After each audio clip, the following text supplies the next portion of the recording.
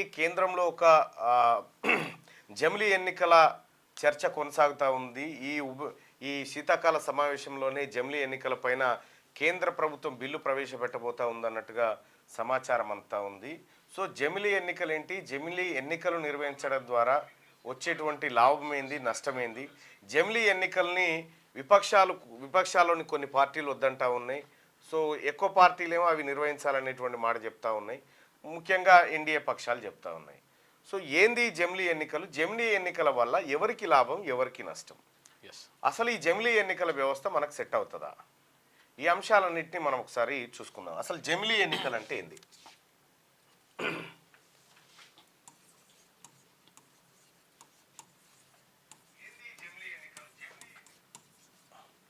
జమిలీ ఎన్నికలు పార్లమెంట్,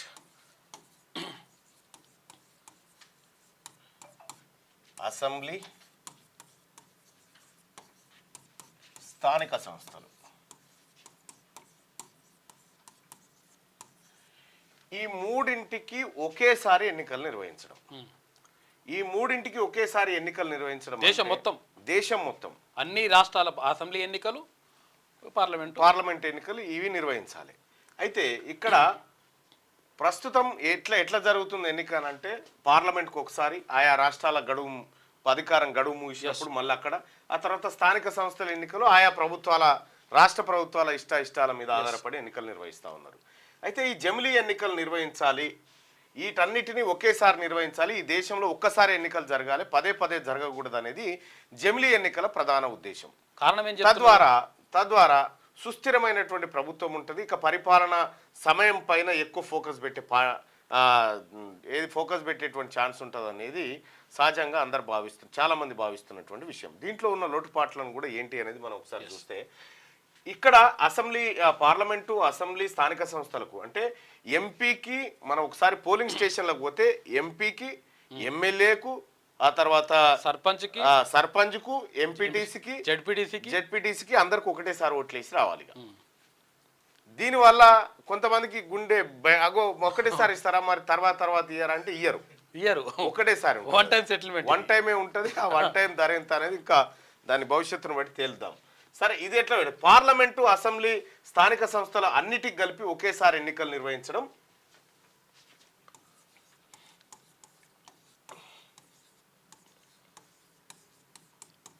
ఎన్నికల నిర్వహణ. ఒకేసారి ఎన్నికలు నిర్వహిస్తే ఇది జమిలీ ఎన్నికలు అన్నట్టు. ఇప్పుడు జమిలీ ఎన్నికలు దేశంలో నిజంగా అవసరం ఉందా? అవసరం ఉంటే ఏ మేరకు అవసరం ఉంది? సో ఇప్పుడున్నటువంటి ఎన్నికల ద్వారా జరుగుతున్నటువంటిది ఏంటంటే, పార్లమెంట్ ఎన్నికలు మన దగ్గర అసెంబ్లీ ఎన్నికలు డిసెంబర్లో జరిగినాయి, డిసెంబర్ 3న జరిగినాయి కదా. డిసెంబర్ 3, 2023లో ఇవి జరిగినాయి. ఏవి? పార్లమెంట్ ఎన్నికలు. ఆ తర్వాత జూన్లో జరిగినాయి అనుకుంటే, ఇవి మేనా. పార్లమెంట్ ఎన్నికలు ఇంకొక 6 నెలల తర్వాత, 6 నెలల తర్వాత పార్లమెంట్, లోక్సభ ఎన్నికలు జరిగినాయి. అయితే ఇక్కడ ఈ డిసెంబర్లో జరిగినటువంటి ఈ ఎన్నికల సమయంలో ఓ 2 నెలలు ఎన్నికల కోడ్, ఇక్కడ ఓ 2 నెలలు ఎన్నికల కోడ్. ఇట్లా దాదాపు ఏడాదిలో ఒక 4 నెలల పాటు ఎన్నికల కోడ్ పేరుతో ఎటువంటి అభివృద్ధి కార్యక్రమాలు చేయకుండా, అంటే నాయకులు చేయాలనుకుంటే 2 నెలలే ఉన్నాయి, చేయాలనుకుంటే మిగతా నెలలు చేయొచ్చు. కానీ సో ఇవి అధికారికంగా ఎన్నికల కోడ్లు అడ్డం వచ్చేటువంటి కార్యక్రమం. రెండోది ఏంటంటే, రాజకీయ పార్టీలు ప్రతి వ్యూహాలు 6 నెలల నుంచి రచిస్తూ ఉంటాయి, 6 నెలలు, ఏడాది నుంచి రచిస్తూ ఉంటాయి. కాబట్టి ఇట్లా పార్టీలన్నీ తమ గెలుపుల కోసం మాత్రమే పనిచేస్తూ ఉన్నాయి, ప్రజల కోసం పనిచేయట్లేదు అనేది ఒక మాట. ఇక్కడ డిసెంబర్లో ఓటర్కు ఏది ఓపెన్గా డిసెంబర్లో ఓట్లు కొనడం కోసం ఖర్చు పెట్టే పార్టీ మళ్ళీ 6 నెలల తర్వాత మళ్ళీ ఓట్లు కొనడం కోసం ఖర్చు పెట్టాలి. తద్వారా వీళ్ళు అక్కడో ఇక్కడో డబ్బు సమకూర్చుకునేటువంటి సందర్భంలో వాళ్ళ కాంట్రాక్ట్లో మన్నో మషాడమో ఇచ్చి ఇట్లా వ్యవస్థ నాశనం అవుతుంది అనేది ఈ ఎన్నికల ద్వారా ఇప్పుడు జరుగుతున్నటువంటి ఎన్నికల విధానంలో జరుగుతూ ఉంది. అయితే ఇక నిజంగా జమిలీ ఎన్నికలే నిర్వహించడం అనుకుందాం. జమిలీ ఎన్నికలే పెడితే ఇది ప్రజలు మెజారిటీ ప్రజలైతే వద్దనే అంటారు. అవును, ఎందుకంటే కనీసం 6 నెలలకు ఏడాదికి వచ్చి ముఖం చూసేటువంటి నాయకుడు ఉంటాడు. కనీసం పట్టించుకోరే. లేకపోతే 5 ఏళ్లకు ఒకసారి జరిగితే 5 ఏళ్లకు ఒకసారి జరిగితే ఒక్కసారే నాయకుడు కనిపిస్తాడు, ఇక మళ్ళా కనిపించడు, మమ్మల్ని పట్టించుకోడు అనేటువంటి భయాందోళనలు ప్రజల్లో ఉన్నాయి. కనిపించకుండా ఏం చేయలేము ఇక 5 ఏళ్ళ దాకా. 5 ఏళ్లకు ఒకసారి కనిపిస్తాడు. రెండోది, నాయకునికి ప్రజలకు మధ్య సంబంధాలు దెబ్బతింటాయి. ఎస్, అప్పుడప్పుడు ఎన్నికలు ఉంటే అట్లా కలుస్తుంటాడు, తర్వాత వస్తుంటాడు, పోతుంటాడు. ఇగో ఇది చూడాలి, స్థానిక సంస్థల ఎన్నికలు లేకపోతే పార్లమెంట్ ఎన్నికలు అని పోతుంటాడు. ఇక అదేం లేనప్పుడు ఒకటేసారి ఉంటే కథం అయిపోయింది, ఇక సంబంధాలు దెబ్బతింటాయి. మూడో అంశం ఏందనంటే ఏమైనా ఇచ్చిపుచ్చుకుంటున్నా ఇక 5 ఏళ్ళ నాడే 4 విడతల్లో వస్తుండే, ఇప్పుడేమో 3-4 మాటలు అంతుండే. కానీ ఇప్పుడు ఆ పరిస్థితి ఉండదు. ఇక ఆ సంబంధం గురించి రాయాల్సిన పని లేదు. ఇంకొక బలమైనటువంటి కారణం ఏంటంటే 5 ఏళ్లకు ఒకసారి ఎన్నికలు జరిగితే అభివృద్ధి జరుగుతుందా జరగదా అనేది పక్కకు పెడితే ఒకవేళ అవిశ్వాసం పెట్టి తీసేసిరు అనుకుందాం. సపోజ్ ఒక సర్పంచ్ని కలెక్టర్ గారు ఆయన పదవి నుంచి దించేసారు, ఉప సర్పంచ్ని పెడతారు. సపోజ్ ఎవరన్నా ఎమ్మెల్యేనో ఎంపీయో మరణిస్తాడు, అప్పుడైతే ఎన్నిక రావాల్సిందే. 6 నెలల లోపలనే ఎన్నిక నిర్వహించుకోవాలి. అయితే ఇక్కడ అనేకమైనటువంటి చిక్కులు ఉన్నాయి. ఇవి ఈ మన దేశానికి సరిపడేటువంటి జమిలీ ఎన్నికలు అయితే కావు. ఇవి అధ్యక్ష తరహా పార్లమెంటరీ వ్యవస్థ ఎక్కడైతే ఉంటుందో అక్కడ పనికొస్తుంది అధ్యక్ష తరహా. మనదేమో ప్రధానమంత్రి సిస్టంలో ఉంటుంది. ఇప్పుడు అమెరికాలో అధ్యక్షుడు సూపర్ పవర్, మన దగ్గర ఉన్నటువంటి ప్రెసిడెంట్ ఏమో మీ అందరికి తెలిసిందే రబ్బర్ స్టాంప్ అని మన పుస్తకాల్లో. ప్రెసిడెంట్ కి అమెరికా ప్రజలు డైరెక్ట్ గా ఓటేస్తారు. డైరెక్ట్. అయితే ఇక్కడ ప్రధానమైనటువంటి సమస్య ఏమొచ్చి పడ్డదంటే జమిలీ ఎన్నికలు జరగాలంటే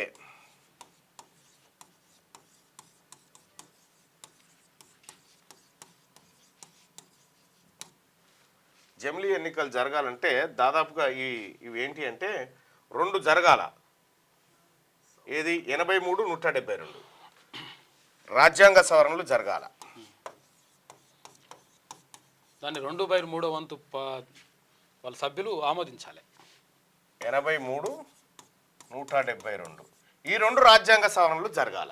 ఇది జరగాలంటే అంత ఈజీ లెక్క కాదు. మళ్ళా ఇది జరగాలంటే అంత ఈజీ కాదు.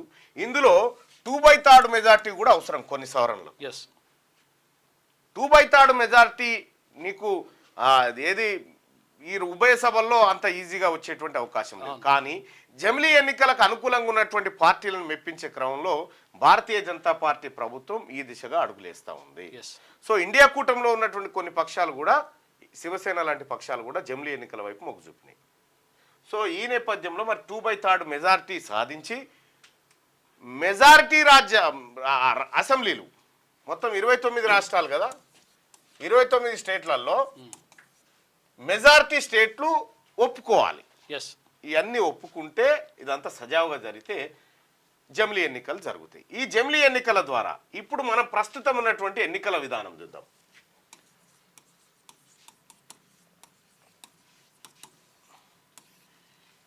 ఇప్పుడు జార్ఖండ్లో మొన్న ఎన్నికలు జరిగినాయి. జార్ఖండ్ ఎన్నికల్ని 2 దఫాలుగా నిర్వహించారు. మహారాష్ట్ర ఎన్నికల్ని ఒకసారి నిర్వహించారు. ఇట్లా వివిధ రాష్ట్రాల్లో ఎన్నికలు వచ్చినప్పుడు 2-3 దఫాలు, ఉత్తరప్రదేశ్లో అయితే 4-5 దఫాలుగా నిర్వహించారు, 6-7 దఫాలుగా. సో ఇట్లా ఎందుకు నిర్వహిస్తూ ఉన్నారంటే మన దగ్గర సరిపడా ఎన్నికలు నిర్వహించడానికి సరిపడా సామర్థ్యం లేదు, ఈవీఎంలు లేవు, సిబ్బంది లేరు అనేది ప్రధానమైనటువంటి మాట. మరి ఇప్పుడు ఇంత టెక్నాలజీలోనే మనం ఒకసారి ఎన్నికలు నిర్వహించలేనటువంటి పరిస్థితిలో ఉంటే జమిలీ ఎన్నికలు దేశవ్యాప్తంగా ఇప్పుడు ఒకే పోలింగ్ సెంటర్లో ఒక 20 మంది పోటీ చేస్తే 2 ఈవీఎంలు పార్లమెంటుకు, 3 ఈవీఎంలు దీనికి, ఇవన్నీ పెట్టుకుంటూ వస్తే ఇప్పుడు ఎట్లా సాధ్యమవుతుంది? ఎన్నికల సంఘం దగ్గర అంత స్ట్రెంగ్త్ ఉందా? సరిపోతారా? లేకపోతే బ్యాలెట్ విధానంలో పోతారా? బ్యాలెట్ విధానంలో పోతే చాలా విపక్షాలు కూడా అడుగుతా ఉన్నాయి. ఇప్పుడు మహారాష్ట్రలో 2వ గ్రామం తీర్మానం చేసింది, మా తాన ఏ ఎన్నికలు జరిగినా బ్యాలెట్ విధానంలో చేయాలని చెప్పి గ్రామ పంచాయతీ తీర్మానం చేసింది మహారాష్ట్రలో. సో ఈ నేపథ్యంలో జమిలీ ఎన్నికల నిర్వహణ అనేది అంత ఈజీ కార్యక్రమం అయితే కాదు. ఒకవేళ ఎన్నికలు నిర్వహించినా ఇప్పుడు దీనిపైన రామ్నాథ్ కోవింద్ గారి కమిటీ వేసిరు. మాజీ రాష్ట్రపతి రామ్నాథ్ కోవింద్ కమిటీ వేసిండ్రు అధ్యక్షతన. ఈ కమిటీ రిపోర్ట్ ఇచ్చింది. ఈ కమిటీని మంత్రిమండలి ఆమోదం తెలిపింది. దీనికి సంబంధించినటువంటి డ్రాఫ్ట్ తయారవుతుంది. ఈ శీతాకాల సమావేశాల్లో ప్రవేశపెడితే జాయింట్ పార్లమెంటరీ కమిటీ ఒకటి దానిపైన వేసి అప్పుడు అన్ని పార్టీల అభిప్రాయాలను సేకరించి ఆ తర్వాత వచ్చే సమావేశాలు బడ్జెట్ సమావేశాల్లో కనుక ఈ బిల్ పాస్ అయ్యేటువంటి అవకాశం. ఒకవేళ జమిలీ ఎన్నికలు వస్తే ఏం జరుగుతుంది? జమిలీ ఎన్నికలు వస్తే ఇప్పుడున్నటువంటి లోక్సభ పదవీ కాలం 2029 వరకు ఉంది. అంతేగా 28 వరకు 28 వరకు ఉంది. మనకి 8 వరకు ఉంది, వాళ్ళకు 9 వరకు ఉంది. ఏపీ వాళ్ళకు మనకి 28 వరకు. లోక్సభ నేను అనేది ఎంపీ లోక్సభ ఓకే 2029 వరకు ఉంది. అవును. ఇప్పుడు తెలంగాణ అసెంబ్లీది 2028 వరకు ఉంది. అవును. తెలంగాణ అసెంబ్లీ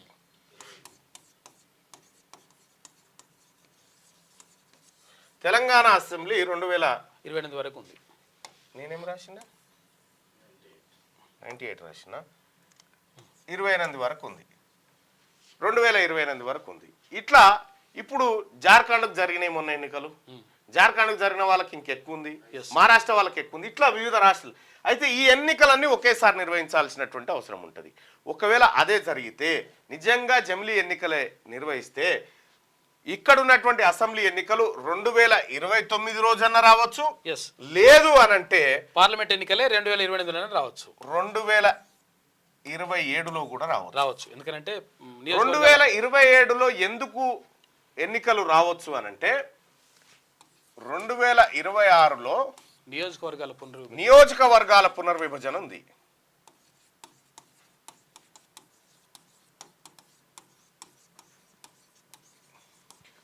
నియోజకవర్గాల పునర్విభజన ఉంది. ఈ నియోజకవర్గాల పునర్విభజన ఆధారంగా తెలంగాణ రాష్ట్రంలో 153 అసెంబ్లీ స్థానాలు కావాలా.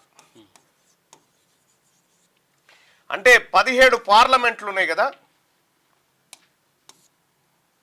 17 పార్లమెంట్లోకి ఒక్కొక్క పార్లమెంట్ నియోజకవర్గంలో 2 కొత్త అసెంబ్లీ నియోజకవర్గాలు వస్తాయి. ప్రస్తుతం ఉమ్మడి నల్గొండలో 12 స్థానాలు ఉన్నాయి కదా. అప్పుడు 16 స్థానాలు అవుతాయి. 16 అసెంబ్లీ స్థానాలు అవుతాయి ఉమ్మడి నల్గొండలో. సో ఇట్లా ఈ ప్రాతిపదికన విభజన జరిగేది ఉంది. కాబట్టి 2026లో విభజన జరిగితే 27లో ఎన్నికలైనా జరగవచ్చు, లేదా పార్లమెంటు ముగిసే సమయానికి మిగతా రాష్ట్రాలన్నింటినీ కూడా రద్దు చేసి పార్లమెంటుతో పాటు నిర్వహించేటువంటి అవకాశం ఉంది. జమిలీ ఎన్నికలు జరిగితే ఇది, జమిలీ ఎన్నికలు జరగకపోతే యథాతథంగా ఉంటుంది. అయితే ఇప్పుడు కొత్తగా మహారాష్ట్ర తర్వాత ఇతర ప్రాంతాల్లో బ్యాలెట్ ఓటింగ్ పైన డిమాండ్లు పైకి వస్తున్నటువంటి నేపథ్యంలో ఒక ఊరే ఏకగ్రీవ తీర్మానం చేసింది, ఏకగ్రీవంగా ధర్నాకే కూర్చున్నది.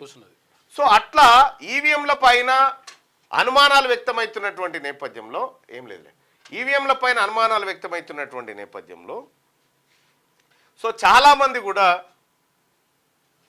ఈ అంశాన్ని పక్కదారి పట్టించడానికి జమిలీని మళ్ళీ తెరపైకి తెచ్చింది భారతీయ జనతా పార్టీ అనేది ఒక చర్చ నడుస్తూ ఉంది. కాబట్టి జమిలీ ఎన్నికలు రావాలా వద్దా, మీ అభిప్రాయం ఏంది? మళ్ళీ ఇంకో కారణం ఏం చెప్తున్నారంటే ఎన్నికల ఖర్చు అవుతుంది, ఎక్కువ అవుతుంది. ఎన్నికల 3 సార్లు అవుతుంది, 2 ఎన్నికల ఖర్చు ఒకటేసారి అయిపోతే కథం అయిపోతుంది అని వాళ్ళు చెప్తున్నారు. కానీ ఎన్నికల ఖర్చు పక్కకు పెడితే లక్షల కోట్లు ఒక్కొక్కటి వేసి పడేస్తారు. అది విషయం తేలాలి కదా. ఫస్ట్ 1000 కోట్లు 1,00,000 కోట్లు వేస్తారు, అది తేలాలి కదా.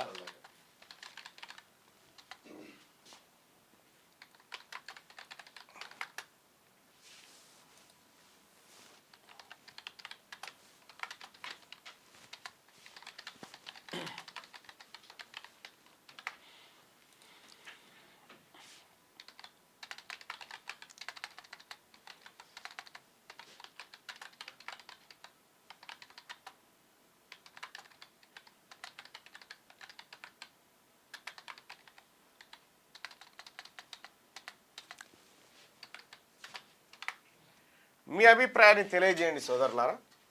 జమిలీ ఎన్నికల పైన జమిలీ ఎన్నికలు వస్తే మోడీ దేశ ప్రజలను జుమ్లా చేస్తుండు, జీడిపి గురించి చేను పక్కదో పట్టిస్తుండు అని చెప్పి మీ అభిప్రాయాన్ని కామెంట్ రూపంలో అట్లా చెప్పాల్సింది ఉంటే చెప్పండి. జమిలీ ఎన్నికలు రావాలా వద్దా, మీ అభిప్రాయం ఏంది తెలియజేయండి. పద్మశాలి 1% మందికి సొంత ఇల్లు లేదు పద్మశాలీలకు అని చెప్పి చెప్తా ఉన్నారు. ఆడ కోరుట్ల కాడ సభ పెడితిరి, ఆ సభకు మళ్ళా కంటిన్యూషన్ సభ మీరు మర్చిపోతారు. ఓ మిత్రుడు అడుగుతా ఉన్నారు, మిగతా భూపాలపల్లి ఇక్కడ ఇవి ఎప్పుడు పెడతా ఉన్నారు బీసీ గర్జన సభలు అంటే. సో ఫస్ట్ నల్గొండ సభ ఉంది, నల్గొండ సభ అయిపోయిన తర్వాత నల్గొండ కాడ గ్రౌండ్ ప్రాబ్లం ఉంది. అది క్రికెట్ టోర్నమెంట్కి తీసుకురట, మరి అది 29కా లేకపోతే వచ్చే నెల 5కా అనేది డిసైడ్ అవుతా ఉంది. సో అదొకటి అయిపోయిన తర్వాత మిగతా చోట్ల పెడదాం. జమిలీ వద్దు బ్యాలెట్ ముద్దు అని చెప్పి అంటున్నారు.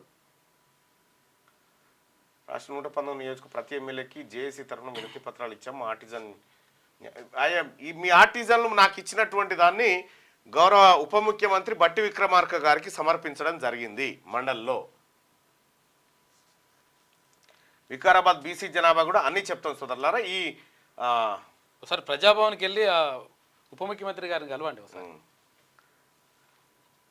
జమిలీ వస్తే బీజేపీ వస్తుంది ఈవీఎంతో అని చెప్పారు. మార్నింగ్ న్యూస్ చూస్తున్నటువంటి మిత్రులారా ఈ లైక్ బటన్ని క్లిక్ చేయండి, అలాగే షేర్ చేయండి.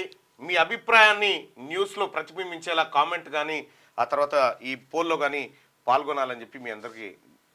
జమిలీ ఎన్నికలు ఉండాలి కానీ అది జరిగే పని కాదని చెప్పి రాజు బానోజ్ చెప్తున్నటువంటి మాట. స్వామి జోగు బాగున్నావా ముంబై నుండి. ఎలక్షన్లకు ఖర్చు పెట్టని పరిస్థితిలో భారతదేశం గవర్నమెంట్ ఉన్నదా? విచ్చలవిడిగా ఎలక్షన్లో డబ్బులు పంచిపెడితే అవి ఏమవుతున్నాయి? ఇది కరెక్ట్ కాదు. మీ అభిప్రాయాన్ని తెలియజేస్తున్నందుకు కల్వకుంట్ల చంద్రశేఖర్ రావు అసెంబ్లీకి ఇరిగేషన్ డిపార్ట్మెంట్ ఎంప్లాయీస్ వ్యవస్థ గురించి మాట్లాడు అని చెప్పిన అన్న. మైనార్టీ గురించి చెప్పండి. మొన్న హిందూపూర్లో బీసీ గర్జన పెట్టండి. హిందూపూర్ అంటే ఆంధ్ర, అనంతపూర్లో కదా. తెలంగాణ కంప్లీట్ కానీ మహారాష్ట్ర బీజేపీ అన్ని సీట్స్ వచ్చే ఛాన్సే లేదు. ఈవీఎం మహిమనే. మహారాష్ట్రలో బీజేపీ ఎవరు కూడా ఎక్స్పెక్ట్ చేయలే మహారాష్ట్రలో అన్ని వస్తాయని, హర్యానాలో కూడా మళ్ళీ వస్తుందని. నిరంతరం ప్రజల మైండ్ సెట్ మార్చేందుకు ఇవన్నీ చేస్తుంటారు పాలకులు అని చెప్పి అభిప్రాయపడతా ఉన్నారు. ఎస్ వీ నీడ్ అన్నయ్య అని చెప్పి చెప్తా ఉన్నారు మహారాష్ట్రలో. సో మీ అభిప్రాయాన్ని క్లుప్తంగా తెలియజేయచ్చు, ఓట్ల రూపంలో తెలియజేయచ్చు, కామెంట్ రూపంలో తెలియజేస్తూ దయచేసి ఖచ్చితంగా ఇటువంటి దాంట్లో పార్టిసిపేట్ కావాల్సిందిగా మీ అందరినీ రిక్వెస్ట్ చేస్తా ఉన్నా. ఈ పోలింగ్ చూసిన తర్వాత మిగతా చూద్దాం. జమిలీ ఎన్నికలు రావాలా వద్దా, ఇప్పటి విధానంలోనే విడివిడిగా ఉండాలా అంటే ఒకసారి పోల్ చూద్దాం. జమిలీ ఎన్నికలు రావాలి అని చెప్పి 59% మంది అంటే ఇప్పట్లాగే విడివిడిగా జరగాలి ఎన్నికలని 41% మంది అభిప్రాయపడతా ఉన్నారు. మీరు తెలుగులో అనర్గళంగా రాయగలరా? స్పష్టంగా మాట్లాడగలరా? మాటలకు తగ్గట్టు అభినయించగలరా? అయితే ఇంకెందుకు ఆలస్యం? క్యూన్యూస్ మీకు ఒక మంచి అవకాశాన్ని ఇస్తుంది. క్యూన్యూస్ లో పనిచేయటకు లేడీ యాంకర్స్ కావాలను సంప్రదించవలసిన నెంబర్ 8688926084. QNewsAds@gmail.com ను సంప్రదించండి. లైక్ చేయండి.